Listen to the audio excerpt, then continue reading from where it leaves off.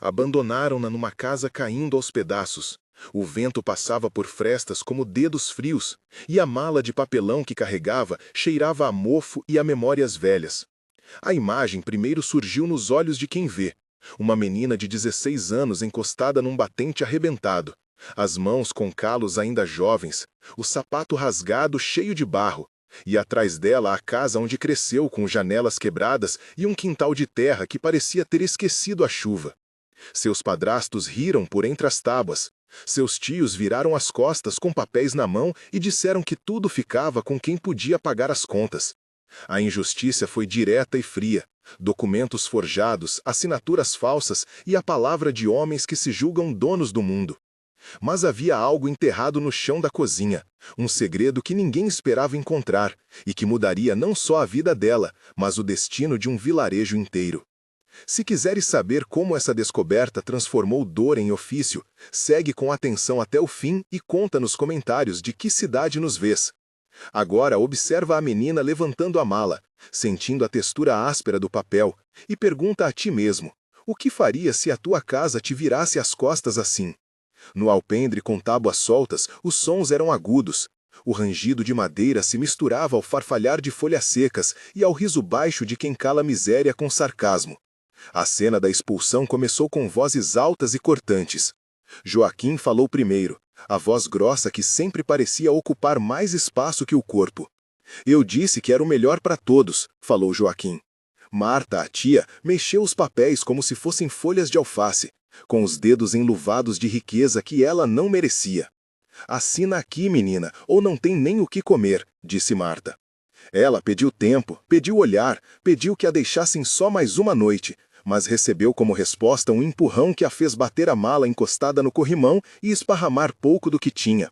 Um diário com letras da mãe, uma flanela com cheiro de soro e uma chave enferrujada. Vai embora e não voltes, disseram. A sensação do toque rude, o gosto metálico do medo na boca, o cheiro de fumaça antiga da lareira dela, tudo ficou colado na pele como um aviso. Foram trocas longas, doloridas, diálogos que mostravam como a família se organizara para roubar o pouco que restara. Havia várias vozes naquele alpendre além de Joaquim e Marta. Pedro, o irmão mais velho, que ficara calado. Lucia, prima que evitara o olhar. Raimundo, vizinho que olhava assustado. Cada frase tinha uma intenção cortante, e o som da porta se fechando foi como um selo. Ela não era mais bem-vinda. O que aconteceu naquela noite não foi só expulsão física, foi uma rasgadura de identidade. Ela caminhou até a cozinha uma última vez e tocou a parede onde penduravam receitas da avó, sentindo o pó que se desprendia como se soltasse pedaços de memória. A dor maior foi perceber que documentos falsos tinham sido apresentados a um notário, que, por dinheiro, virou os olhos. Havia uma carta amarelada escondida entre tábuas soltas que sugeria que a herança da mãe fora dividida deliberadamente. Naquelas palavras antigas estava a voz da mãe encorajando-a a confiar no ofício aprendido entre panelas e leite. Se tiveres leite, terás forças, dizia uma linha. Ela fechou a mala com força e levou consigo um objeto que os outros desprezaram, um pedaço de pano azul que havia sido utilizado para cobrir potes de queijo, e decidiu partir antes do amanhecer. O cheiro de terra ao sair pela estrada era espesso, a visão do rancho ficando para trás dava a sensação de cair sem aterrissagem. Em seu corpo, os 5 sentidos registravam cada traço, o frio que entrava pelas roupas finas, o sabor salgado das lágrimas, o som distante de cães que guardavam casas que ela perdera. Como iria sobreviver com apenas uma mala e as lições sussurradas pela mãe? Perguntou-se isso enquanto a estrada se enrolava como uma fita de papel diante de seus pés. A marcha foi lenta e dura. A primeira noite foi passada sob uma fronde de eucaliptos, onde as folhas soavam como papel rasgado. Ela tirou o cobertor improvisado, sentiu a rugosidade do tecido contra as mãos e mastigou um pedaço de pão seco que guardara desde a última refeição na casa dos tios. A fome entrou na garganta como se fosse chama. O frio atravessou os ossos até que o corpo lembrasse da necessidade de se manter aceso. No terceiro dia, caminhou até a estrada que levava ao vilarejo maior, onde sabia que poderia haver mercado e talvez um emprego com pouca vergonha. O caminho cortava pastos com cheiro de cascalho e estradas cheias de poeira que grudava nos tornozelos. Encontrou no trajeto pessoas que lhe deram migalhas e 9 olhares curiosos de crianças que haviam passar com certa reverência e pena. Havia também o peso do julgamento alheio, como se a vergonha tivesse um som, os cochichos das mulheres na feira e o olhar condescendente de homens que olham sem oferecer nada. Em pequenas interações, aprendeu o primeiro princípio da sobrevivência. Pedir e oferecer verdadeiramente são 2 artes diferentes. "Para onde vais, menina?" perguntou um vendedor de frutas, Tomás. "Para onde der", respondeu ela. "Tem coragem", murmurou ele. E deu-lhe uma maçã, que mastigou com vontade, e um gosto agridoce que parecia simbolizar esperança. O recurso que a salvou apareceu quase por acaso. Quando forçou a porta arrebentada de uma casa tosca para abrigar-se por uma tarde de chuva, descobriu sobre o chão da cozinha, enterrado em meia altura e protegido por uma tábua solta, um pequeno recipiente de cerâmica lacrado.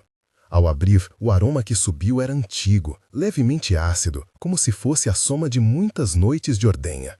Dentro havia um conjunto de moldes enferrujados, uma prensa de madeira em miniatura, sementes de cardo envoltas em pano e um frasco com um líquido amarelado que sua mãe chamara de reserva de quajo.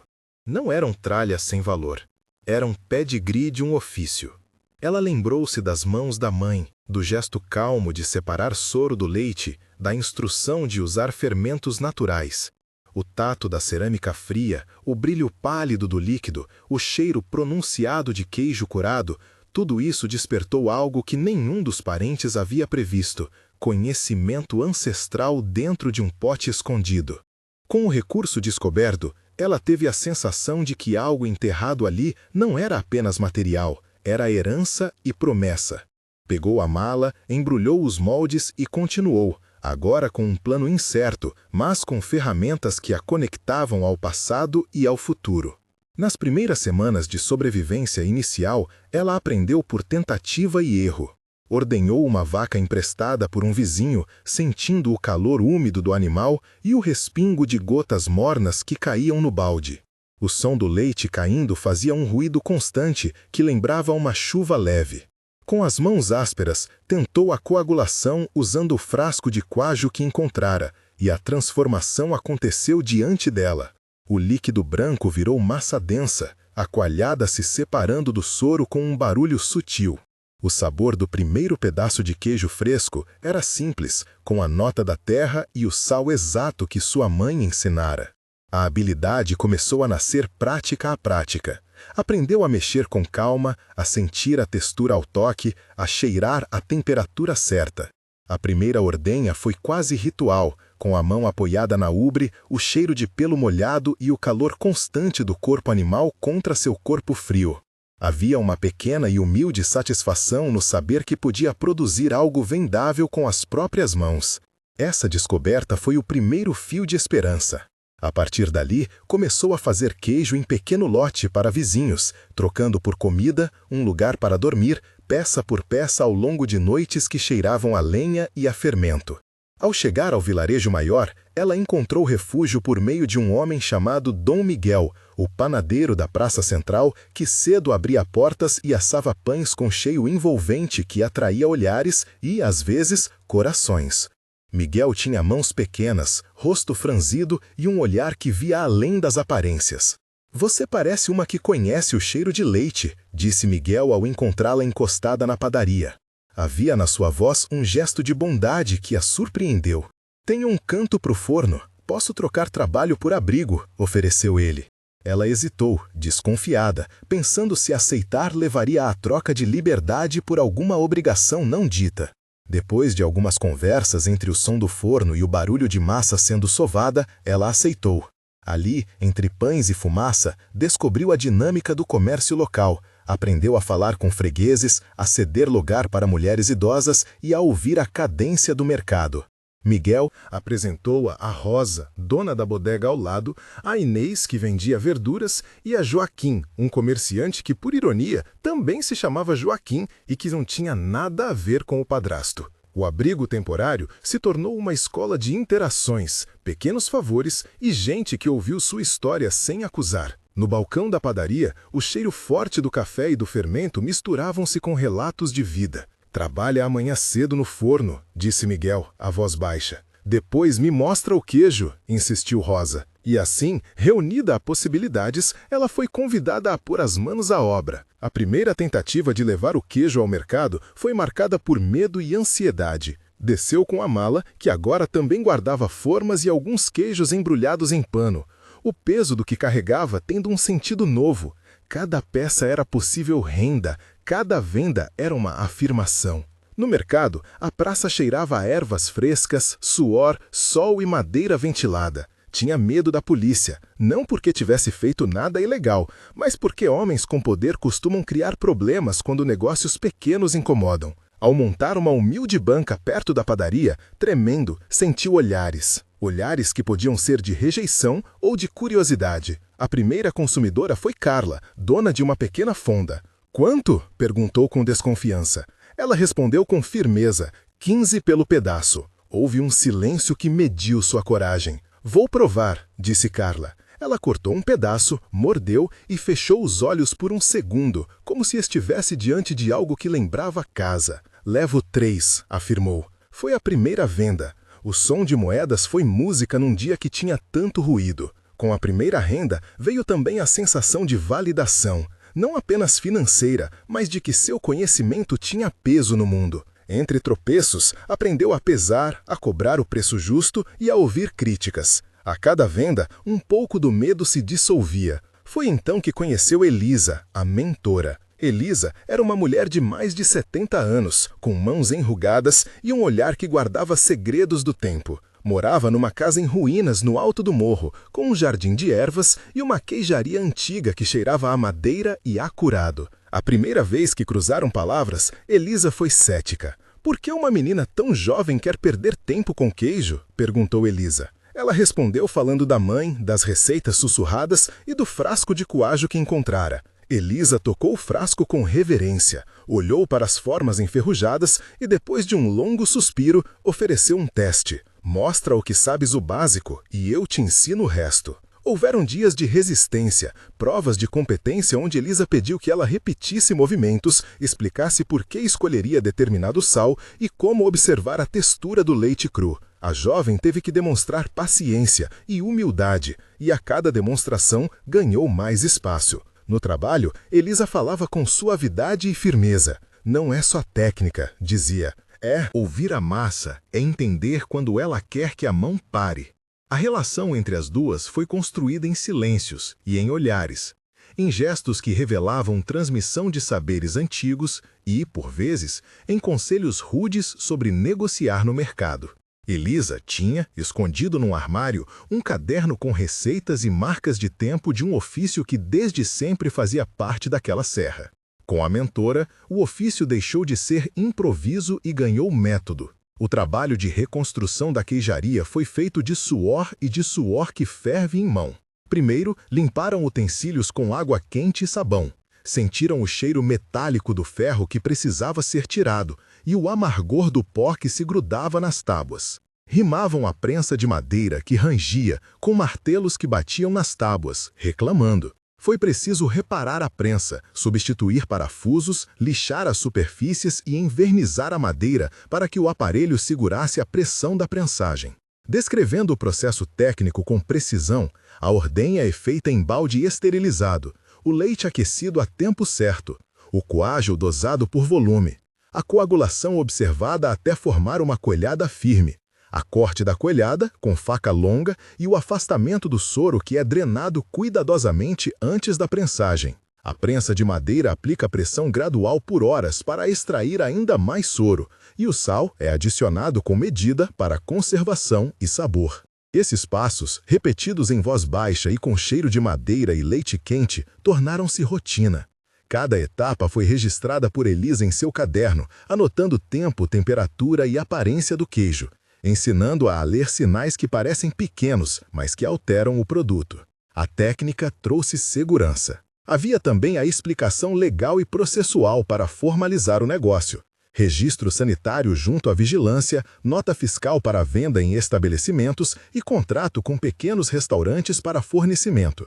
O procedimento legal exigiu idas ao jornal local para obter referências, procura por um advogado que soubesse de direitos rurais e a apresentação de laudo sanitário para as instalações. Essas formalidades tornaram o negócio legítimo e abriram portas para a venda mais ampla.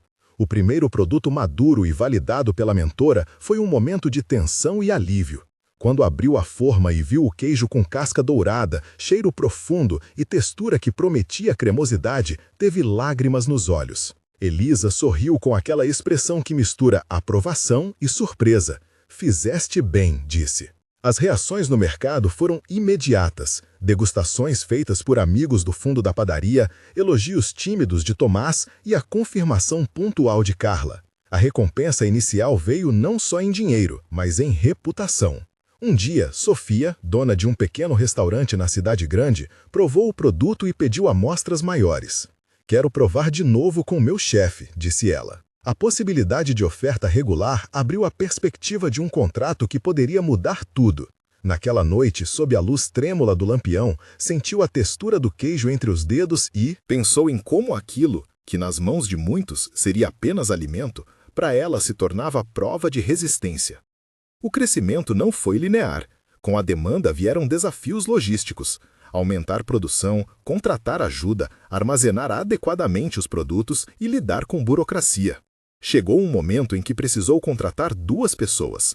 Inês, que a ajudava com a ordenha e embalagens, e Bruno, rapaz forte que fazia entregas nos mercados vizinhos. Firmou um acordo com um comerciante urbano chamado Raul, que tinha contatos com restaurantes e aceitou intermediar vendas por uma comissão razoável. A negociação trouxe mais clientes e a necessidade de um pequeno empréstimo para comprar mais moldes e uma prensa maior. O Banco de Crédito Rural exigiu garantias e documentação. Ela apresentou contratos, notas e um esboço de plano de negócios que escrevia à noite com a ajuda do advogado Tomás. A mudança de logística incluiu rotas de entrega, caixas térmicas improvisadas e um sistema de recebimento no mercado. Aos poucos, a produção deixou de ser artesanal em pequena escala e passou a ser organizada. Com isso, vieram também amigos e alguns inimigos, pessoas que antes olhavam para ela com pena e que agora a viam com receio. O retorno do passado veio no mercado em forma de humilhação pública. Numa manhã, enquanto vendia e ria com clientes, apareceu Joaquim, o padrasto, com Marta e um pedaço de papel na mão que queria ser uma espada. Eles ergueram a voz, chamaram a atenção de todos e começaram a difamá-la, dizendo que o lote de queijo estava feito com leite roubado e insinuando que a moça trabalhava irregularmente. A cena foi feita para envergonhar.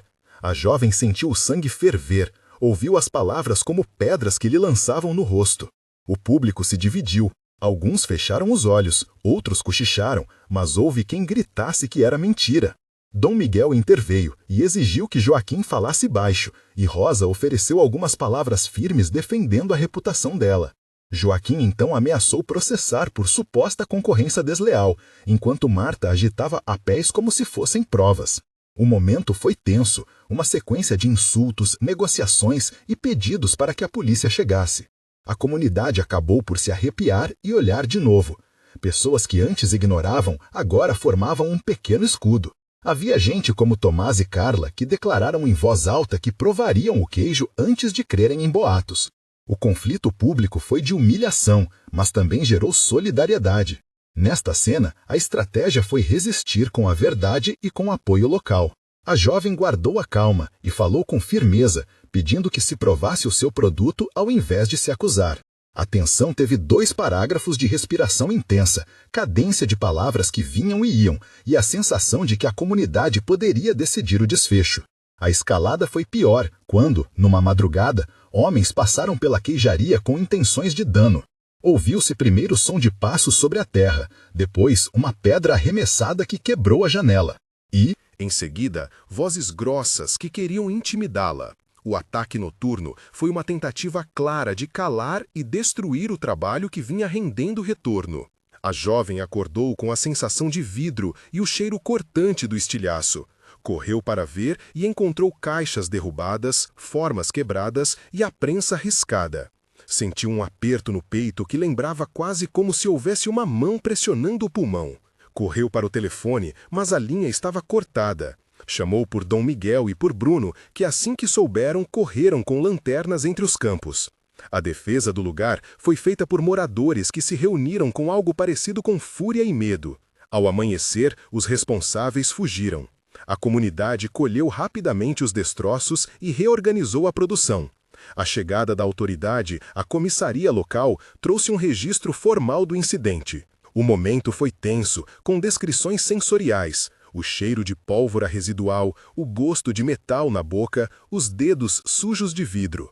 Foi necessária a intervenção formal e também uma postura coletiva de proteção, onde vizinhos se revezaram em vigílias. Houve palavras duras e juramentos, mas também mãos que varreram o chão e reconstruíram a porta. Esse episódio mostrou a fragilidade do trabalho e a força do apoio comunitário. A disputa seguiu para instâncias legais. Procurou um advogado chamado Raul, homem de fala cuidadosa que havia trabalhado com direitos rurais e conhecia as formas de ação. Descrevendo o processo legal de forma técnica e precisa, foi feito um boletim de ocorrência. Juntaram fotos dos danos, testemunhos de vizinhos como Dom Miguel, Carla e Tomás foram colhidos. O advogado preparou uma petição inicial, apontando responsabilidade civil e pedido de indenização por danos materiais e morais, e requereu medida cautelar para a proteção do patrimônio e inibição de atos de intimidação. O peritagem sanitário foi apresentado para comprovar a origem do produto, e documentos que comprovavam compras de leite e despesas reforçaram a transparência do negócio. Em audiência preliminar, a promotoria avaliou as provas e requereu diligências complementares. A argumentação jurídica foi alinhada com a narrativa da comunidade e testemunhas juraram sob compromisso. O processo mostrou clareza: juntar provas, demonstrar prejuízo objetivo e subjetivo, pedir reparação e proteção. A jovem passou por interrogatórios e depoimentos, e a demanda exigiu paciência e nervos de aço. O advogado explicou cada etapa em linguagem clara, apontando prazos de contestação, possibilidade de acordo e eventual sentença. A sensação de justiça tardia começou a tomar forma através de papéis e papeladas que antes pareciam esconder boas intenções. O julgamento foi um momento de exposição pública e jurídica. Testemunhos se estenderam, o jornal local cobriu e as bancadas do mercado lotaram numa tarde em que a cidade respirou por outra causa que não fosse futebol. Houve confrontos verbais entre as partes.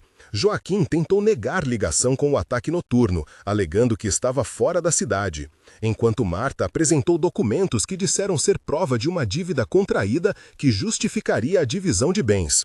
O advogado dela rebateu peça por peça, com provas e assinatura forjada e testemunhos que contradiziam as datas. O juiz ouviu, pesou e olhou nos olhos. A comunidade apareceu em massa na audiência, e a presença coletiva foi parte do veredito moral que influenciou a sentença. Quando a decisão foi anunciada, houve choro, aplausos e o papel da lei dizendo que haveria restituição parcial do dano e uma reparação que incluía reconhecimento público da fraude.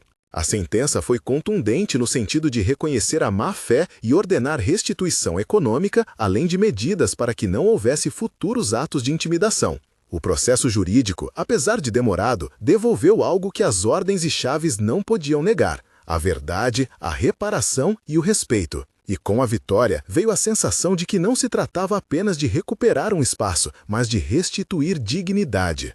Mesmo com a vitória legal, a reconstrução social continuou. A queijaria cresceu e com ela surgiram novas responsabilidades: abrir vagas de emprego para jovens da comunidade, parceria com escolas para pequenas oficinas sobre produção de alimentos e até a criação de um pequeno espaço de venda que chamavam de Bodega da Praça, onde o queijo e outros produtos locais ficavam expostos. Os números começaram a aparecer: pequenas vendas diárias, 3 funcionários contratados e acordos com 2 restaurantes da cidade grande. O legado virou prática. A jovem que outrora saíra com uma mala descobrira que aquilo enterrado sob a tábua não era só utensílios, era uma ponte para a autonomia. Em meses, o rancho arruinado ao fundo virou um ponto de encontro para cursos e trabalhos manuais. Pessoas como Dom Miguel e Elisa tornaram-se símbolos daquele crescimento, e nomes como Tomás, Carla, Inês, Bruno, Raul e Rosa foram lembrados como parte da história.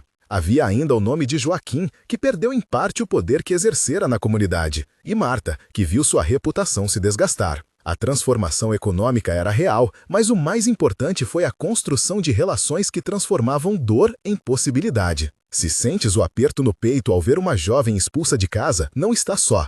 Conta nos comentários de que cidade nos assistes e escreve refúgio se essa história te lembra de algum gesto de bondade que recebeste. A tua palavra aqui tem força, ajuda pessoas que passam por situações similares a perceber que não estão sozinhas e nos dá pistas sobre outras histórias que merecem ser contadas. Partilhar onde estás e qual gesto te marcou também nos ajuda a mapear redes de apoio que existem pelo país e a criar conteúdo que mostre caminhos práticos de reconstrução.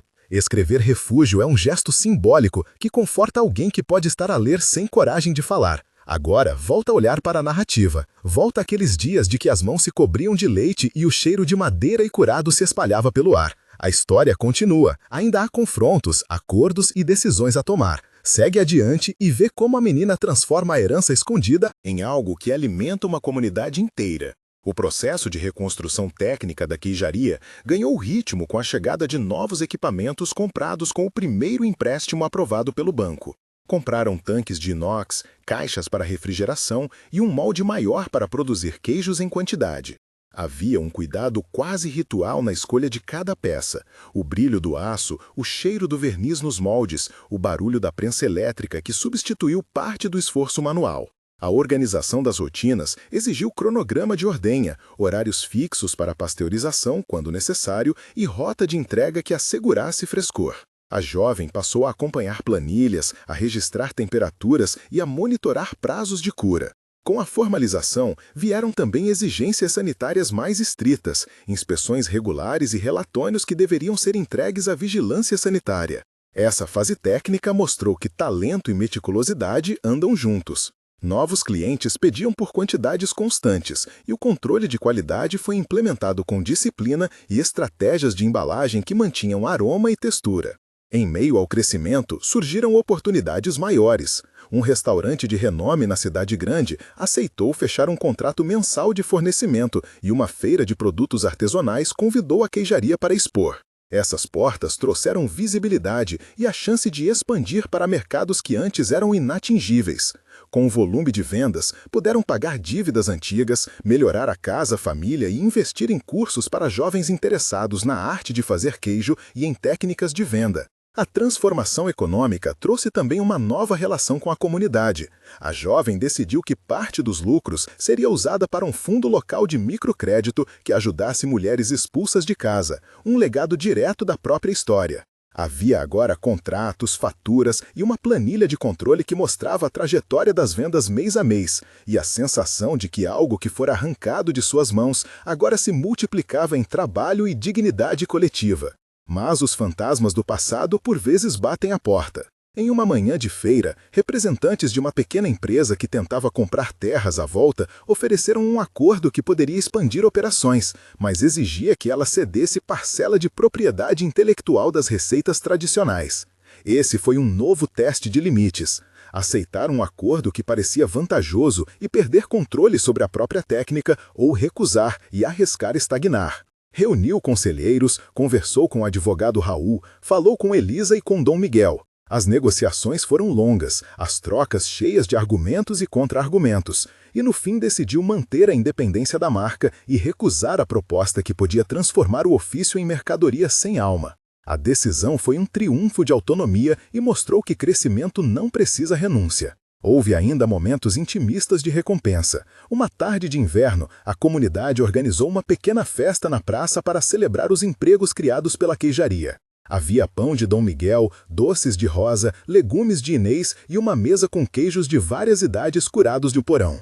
A jovem subiu num caixote improvisado e agradeceu.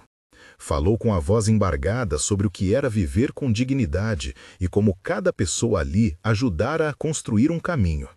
Havia nomes abundantes de quem havia apoiado: Tomás, Carla, Bruno, Miguel, Rosa, Inês, Elisa, Raul, Dom Miguel e muitos outros. A fala dela mostrou que o verdadeiro legado não era só dinheiro, era a construção de uma rede que não permitia que ninguém fosse deixado ao relento como antes. As lágrimas e os abraços naquele dia mostraram que o ofício era também um instrumento de justiça social. O epílogo se desenrolou em 3 momentos temporais distintos e marcantes, mostrando a evolução da vida da protagonista e o impacto no entorno. Um mês depois, ela já tinha firmado 2 contratos regulares de fornecimento e o rancho caindo aos pedaços começava a receber reformas pagas com parte dos lucros. Os primeiros 30 dias foram de ajustes e celebrações contidas. A rotina de ordenha estava estabilizada, as vendas no mercado cresciam e havia uma pequena reserva financeira. Ela contratou uma jovem chamada Marina para ajudar nas embalagens e organizou um calendário de entregas. O cheiro cotidiano de queijo fresco agora era misturado ao som de máquinas e ao riso de operárias ocupadas. As contas começaram a fechar e o rancho recebeu telhas novas e reboco nas paredes. Em termos emocionais, um mês depois, ela sentia menos medo e mais capacidade de planejar. A comunidade já reconhecia seu nome e pessoas que antes desviavam o olhar agora pediam conselhos sobre pequenas produções.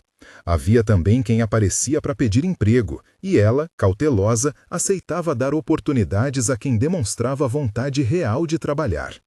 3 meses depois, o negócio já mostrava sinais claros de estabilidade e de impacto social. O fluxo de caixa estava mais previsível, os restaurantes pagavam em dia e a produção aumentara em 30%. A jovem organizou oficinas mensais para ensinar produção básica de laticínios, convidando mulheres da região que haviam sofrido perdas semelhantes. A iniciativa gerou uma rede de suporte que passou a trocar matérias-primas, experiências e até clientes. O projeto fez com que surgisse uma pequena cooperativa informal e a ideia de abrir uma mini-escola de ofícios ficou mais concreta. Economicamente, as vendas passaram a incluir não só o mercado local, mas também pedidos para festas e eventos. Socialmente, a participação da comunidade era mais ativa e havia um sentimento coletivo de orgulho.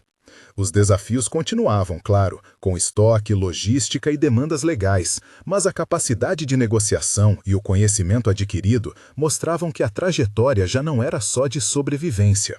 6 meses depois, a transformação era visível e consolidada.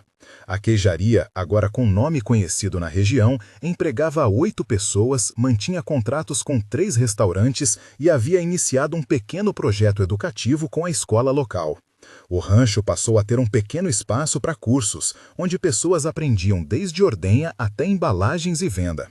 A protagonista foi convidada para uma entrevista no jornal local, onde falou sobre autonomia, direitos e trabalho. Havia um relatório concreto de resultados: empregos gerados, mulheres treinadas, renda média familiar aumentada e um fundo de microcrédito que já começava a emprestar pequenas quantias para quem queria recomeçar. A história, que começou com abandono e traição, transformou-se em legado. A jovem, que um dia fora deixada com uma mala, agora caminhava com passos firmes, olhos firmes e mãos que sabiam não só fazer queijo, mas cuidar de uma comunidade. O último quadro mostrava a velha prensa de madeira reluzindo ao sol, o sabor do queijo servido em largas tábuas e o sorriso de quem entendeu que o que te deixam pode, por vezes, ser exatamente aquilo que precisas para recomeçar. Se esta história tocou teu coração, inscreve-te para ver mais relatos como este e deixa nos comentários a palavra refúgio e a cidade onde nos assistes, porque às vezes o que te deixam é justamente tudo o que precisas para recomeçar.